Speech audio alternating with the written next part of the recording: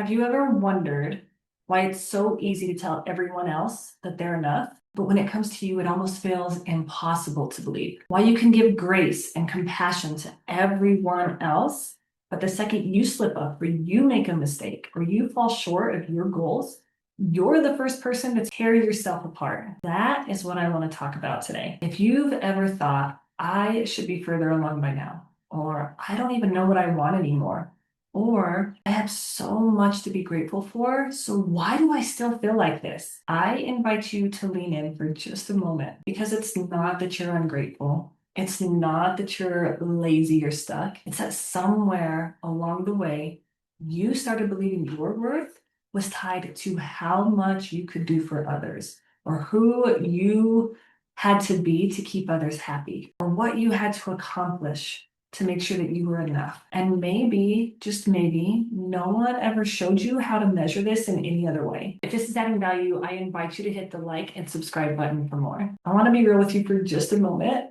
When I decided to get trauma certified, when I first started deciding that I wanted to be a coach, I thought I wanted to become a trauma recovery coach, and I went for my certification in it. But it wasn't just because I wanted to help people. That wasn't the only reason I decided to get the certification. Coaching, yes, I knew I wanted to help people, but the certification was more than that. I thought that I needed those letters behind my name. I didn't feel enough as me on my own to go and just go into coaching. I thought that I would prove that I was qualified enough to do this if I got the certification. And because of that, maybe I wouldn't doubt myself as much, that somehow it would just make this path easier for me. It didn't. Big surprise, right? Through all of those practice sessions, though, and listening to others and the hours that I had to get and listening to people share their stories, it started hitting really close to me and how much I was still carrying, how much I still questioned myself, how hard I was on me, how quick I was to tie my worth to what I could do for everyone else and what I could accomplish. Even now, all of these years later, and like I said, I think it's been 5 years since I got my certification, it's still something that I work through. Some days I take these giant leaps forward and it's incredible, but then there's other days where I'm sitting right back in this old doubt, wondering if I am even on the right path. It is messy. It is not linear. It is not a straight path. There are twists and turns and sharp corners and U-turns because there's times that you're going backwards, and it is a lot slower than I even thought it was going to be. But with that being said,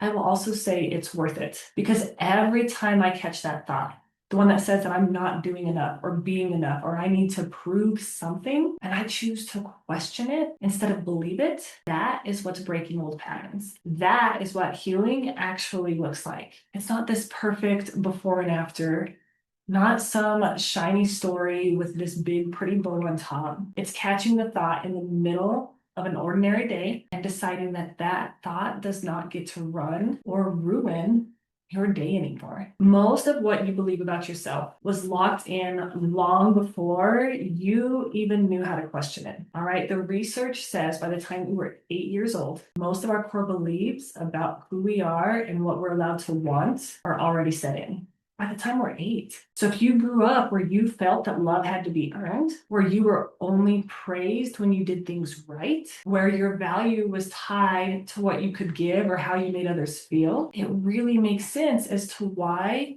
you still struggle to feel enough now. This is why it doesn't matter how many goals you hit, how much you accomplish, how many people tell you how incredible and how amazing you are. It doesn't stick because it's not what you're achieving. It's not about what you're achieving. It's about what you believe about yourself underneath all of that. About if you believe in your worth, if you believe in your value. And that didn't start with you, but it is yours to work through now. This is why everything still feels heavy, even when your life looks pretty good on the outside. Why you can be doing all the right things and have this incredible day, and yet still lay your head down on the pillow at night and wonder why it still does not feel like enough. Why it seems like no matter how much you do, the confidence never really lasts. The joy is just temporary, because deep down, there's this part of you that still thinks your worth is tied to how well you perform, how much you give, or how perfectly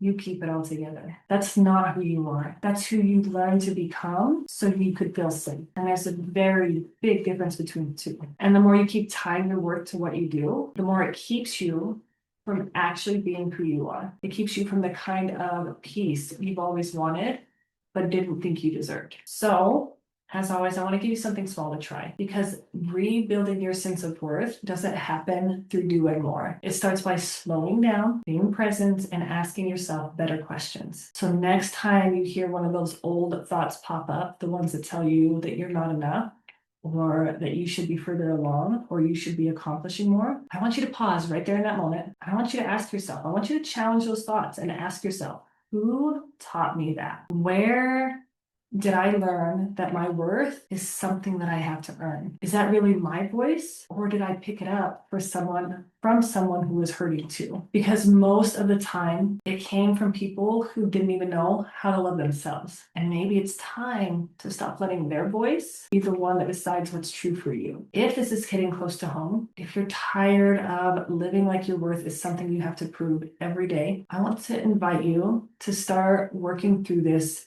in a real way. I have a 3-day worth reset that I would love for you to have.